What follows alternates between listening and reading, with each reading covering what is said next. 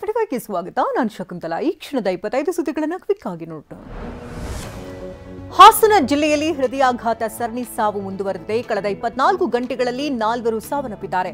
ಆಲೂರು ತಾಲೂಕಿನ ಕಲ್ಲಾರೆ ಗ್ರಾಮ ಪಂಚಾಯಿತಿ ಸದಸ್ಯ ಸಂತೋಷ್ ಹಾರ್ಟ್ ಅಟ್ಯಾಕ್ಗೆ ಬಲಿಯಾಗಿದ್ದಾರೆ. ರಾತ್ರಿ ಮಲಗಿದ್ದಲ್ಲಿಗೆ ಹೃದಯಾಘಾತವಾಗಿ ಸಂತೋಷ್ ಮೃತಪಟ್ಟಿದ್ದಾರೆ. ಹಾಸನ ಜಿಲ್ಲೆಯ ಚಿಕ್ಕನಾಯಕನಹಳ್ಳಿಯ ಸಿಬಿ ವಿರೂಪಾಕ್ಷ ಎಂಬುವರು ಹಾರ್ಟ್ ಅಟ್ಯಾಕ್ಗೆ ಬಲಿಯಾಗಿದ್ದಾರೆ. ರಾತ್ರಿ 11:30ಕ್ಕೆ ವಿರೂಪಾಕ್ಷ ಅವರಿಗೆ ಎದೆನೋವು ಕಾಣಿಸಿಕೊಂಡಿದ್ದು ಆಸ್ಪತ್ರೆಗೆ ಸಾಗಿಸುವ ಮಾರ್ಗ ಮಧ್ಯದಲ್ಲಿ ಮೃತಪಟ್ಟಿದ್ದಾರೆ. ಹಾಸನದಲ್ಲಿ ಹೃದಯಾಘಾತಕ್ಕೆ ಸಾಲು ಸಾವು ಸಂಭವಿಸ್ತಾ ಇದ್ದು ಕಳೆದ 1.5 ತಿಂಗಳಲ್ಲಿ ಸತ್ತವರ ಸಂಖ್ಯೆ 31ಕ್ಕೆ ಏರಿಕೆಯಾಗಿದೆ. 45 ವರ್ಷದೊಳಗಿನ 11 ಮಂದಿ ಸಾವನ್ನಪ್ಪಿದ್ದಾರೆ. 20 ಹಾಗೂ 35 ವರ್ಷದೊಳಗಿನವರು ಹೃದಯಾಘಾತಕ್ಕೆ ಬಲಿಯಾಗುತ್ತಿದ್ದಾರೆ. ಹಾಸನ ಜಿಲ್ಲೆಯಲ್ಲಿ ಹೃದಯಾಘಾತದಿಂದ ಸರಣಿ ಸಾವು ಹಿನ್ನೆಲೆಯಲ್ಲಿ ತನಿಖೆ ಆರಂಭ ಆಗಿದೆ. ಹಾಸನ ಜಿಲ್ಲಾ ಆರೋಗ್ಯಾಧಿಕಾರಿ ಅನಿಲ್ ನೇತೃತ್ವದಲ್ಲಿ ತನಿಖೆ ನಡೀತಾ ಇದೆ. ಮೃತರ ಮನೆಗಳಿಗೆ ಭೇಟಿ ನೀಡುತ್ತಾ ಇರುವಂತಹ ತಜ್ಞರ ತಂಡ ಸಾವಿಗೆ ನಿಖರ ಕಾರಣವನ್ನು ಪತ್ತೆ ಹಚ್ಚುತ್ತಿದೆ. ಹೃದಯಾಘಾತದಿಂದ ಸಾವನ್ನಪ್ಪಿದವರ ಮರಣೋತ್ತರ ಪರೀಕ್ಷೆಗೆ ತಜ್ಞರ ತಂಡಕ್ಕೆ ಸವಾಲಾಗಿದೆ. ಇನ್ನು ಮರಣೋತ್ತರ ಪರೀಕ್ಷೆಗೆ ಮೃತರ ಕುಟುಂಬದವರು ಒಪ್ತಾ ಇಲ್ಲ. ಹೃದಯಾಘಾತದಿಂದ ಸಾವನ್ನಪ್ಪಿದ ಮುಟ್ಟನಹಳ್ಳಿ ಸಣ್ಣಪ್ಪ ಶೆಟ್ಟಿ ಮನೆಗೆ ಭೇಟಿ ನೀಡಿದಂತಹ ತಂಡದ ಸದಸ್ಯರು ಮನವಿ ಮಾಡಿದರೂ ಕೂಡ ಮರಣೋತ್ತರ ಪರೀಕ್ಷೆಗೆ ಕುಟುಂಬ ಒಪ್ಪಲಿಲ್ಲ. ಮೈಸೂರಿನಲ್ಲಿ ಹಾಸನದ ಇಂಜಿನಿಯರಿಂಗ್ ಹೃದಯಾಘಾತಕ್ಕೆ ಬಲಿಯಾಗಿರುವುದು ತಡವಾಗಿ ಬೆಳಕಿಗೆ ಬಂದಿದೆ. 10 ದಿನಗಳ ಹಿಂದೆ ಜಿಮ್ನಲ್ಲಿ ಥ್ರೆಡ್ಮಿಲ್ ಮಾಡುವಾಗ ಶ್ರೀಧರ್ ಎಂಬುವರು ಕುಸಿದು ಬಿದ್ದಿದ್ದಾರೆ. ಮೃತ ಶ್ರೀಧರ್ ಹೊಳೆನರಸೀಪುರ ತಾಲೂಕಿನ ಜುಂಬನಹಳ್ಳಿಯನ್ನು ಗ್ರಾಮದವರು ಅಂತ ತಿಳಿದು ಬರುತ್ತದೆ.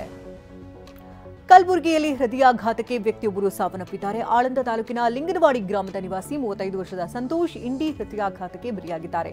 ಸಂತೋಷ್ ಜಮೀನಿನಲ್ಲಿ ಕೆಲಸ ಮಾಡುವಾಗ ಕುಸಿದು ಬಿದ್ದಿದ್ದಾರೆ. ಆಸ್ಪತ್ರೆಗೆ ಕರೆದುಕೊಂಡು ಹೋಗುವ ಮಾರ್ಗ ಮಧ್ಯೆ ಸಂತೋಷ್ ಸಾವನ್ನಪ್ಪಿದ್ದಾರೆ.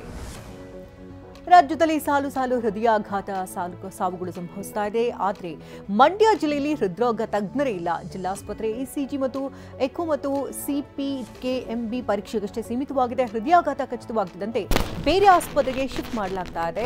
ಇನ್ನು ವಿಮ್ಸ್ ಆಸ್ಪತ್ರೆ ನಿರ್ದೇಶಕ ಡಾಕ್ಟರ್ ನರಸಿಂಹಸ್ವಾಮಿ ಅವರೇ ಆಘಾತಕಾರಿ ವಿಚಾರವನ್ನು ಬಹಿರಂಗಪಡಿಸಿದ್ದಾರೆ. ಬಾಯಿ ಮುಚ್ಚಿಕೊಂಡಿರಲು ಶಾಸಕರಿಗೆ ಹೈಕಮಾಂಡ್ ಸೂಚನೆ ನೀಡಿದೆ ಎಂದು ಅರಣ್ಯ ಸಚಿವ ಈಶ್ವರ್ ಖಂಡ್ರೆ ಹೇಳಿದ್ದಾರೆ. ತುಟುಕ್ ಪಿಟುಕ್ ಅನ್ನದೇ ಇರಬೇಕು, ಹಾಗೆ ಬಹಿರಂಗ ಹೇಳಿಕೆ ಕೊಡದಂತೆ ಹೈಕಮಾಂಡ್ ಹೇಳಿದೆ ಎಂದು ಖಂಡ್ರೆ ತಿಳಿಸಿದ್ದಾರೆ. ಸಿಎಂ ಆಯ್ಕೆ ಮಾಡುವುದು ಕಾಂಗ್ರೆಸ್ ಹೈಕಮಾಂಡ್, ಹಾಗೆ ಸಿಎಂ ಬದಲಾವಣೆ ಮಾಡುವ ಅಧಿಕಾರ ಯಾರಿಗೂ ಇಲ್ಲ ಎಂದು ಸಚಿವ ಮಹದೇವಪ್ಪ ಹೇಳಿದ್ದಾರೆ.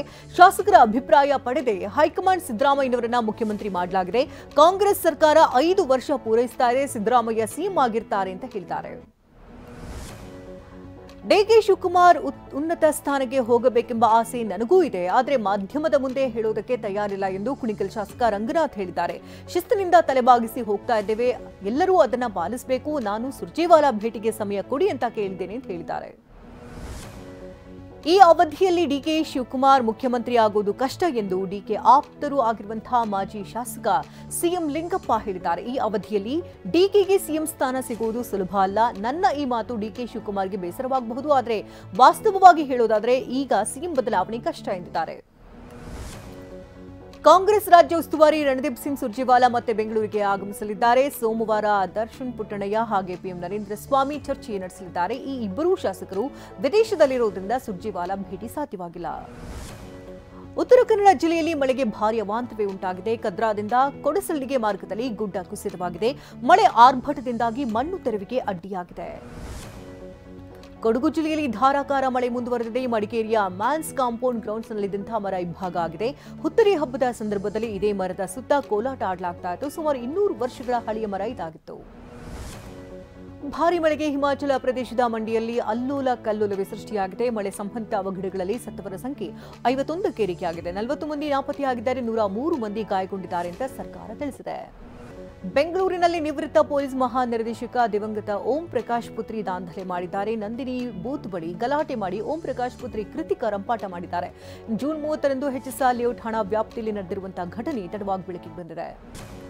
ರಾಯಚೂರು ತಾಲೂಕಿನ ಮನ್ಸಲಾಪುರ ಗ್ರಾಮದ ಮನೆಯೊಂದರಲ್ಲಿ ಸಿಲಿಂಡರ್ ಸ್ಫೋಟ ಆಗಿದೆ. ಅಡುಗೆ ಮಾಡ್ತಾ ಇದ್ದಂತಹ ವೇಳೆ ಅನಿಲ ಸೋರಿಕೆ ವಾಸನೆ ಗ್ರಹಿಸಿದಂತಹ ಕುಟುಂಬಸ್ಥರು ಮನೆಯಿಂದ ಹೊರಬಂದಿದ್ದಾರೆ. ಇದಾದ ಕೆಲವೇ ನಿಮಿಷಗಳಲ್ಲಿ ಗ್ಯಾಸ್ ಸಿಲಿಂಡರ್ ಸ್ಫೋಟಗೊಂಡು ಮನೆಯಲ್ಲಿದ್ದಂತಹ ಪೀಠೋಪಕರಣಗಳೆಲ್ಲವೂ ಧ್ವಂಸವಾಗಿದೆ. ಗದಗ ಜಿಲ್ಲೆಯ ಶಿರಹಟ್ಟಿ ತಾಲೂಕಿನ ಕೆಲ ಗ್ರಾಮಗಳಲ್ಲಿ ಮುಸುಕುದಾರಿ ಕಳ್ಳರ ಗ್ಯಾಂಗ್ ನಿದ್ದೆಗೆಡಿಸಿದೆ. ಮಾರಕಾಸ್ತ್ರವನ್ನು ಹಿಡಿದು ಚಬ್ಬಿ ಗ್ರಾಮಕ್ಕೆ ಬಂದಿದ್ದಂತಹ ಗ್ಯಾಂಗ್ ಕೃಷ್ಣ ಲಮಾಣಿ ಎಂಬುವರ ಮನೆಗೆ ನುಗ್ಗಿ 6,000 ನಗರು 50 ಗ್ರಾಂ ಬಂಗಾರದ ಆಭರಣಗಳನ್ನು ದೋಚಿ ಪರಾರಿಯಾಗಿದೆ.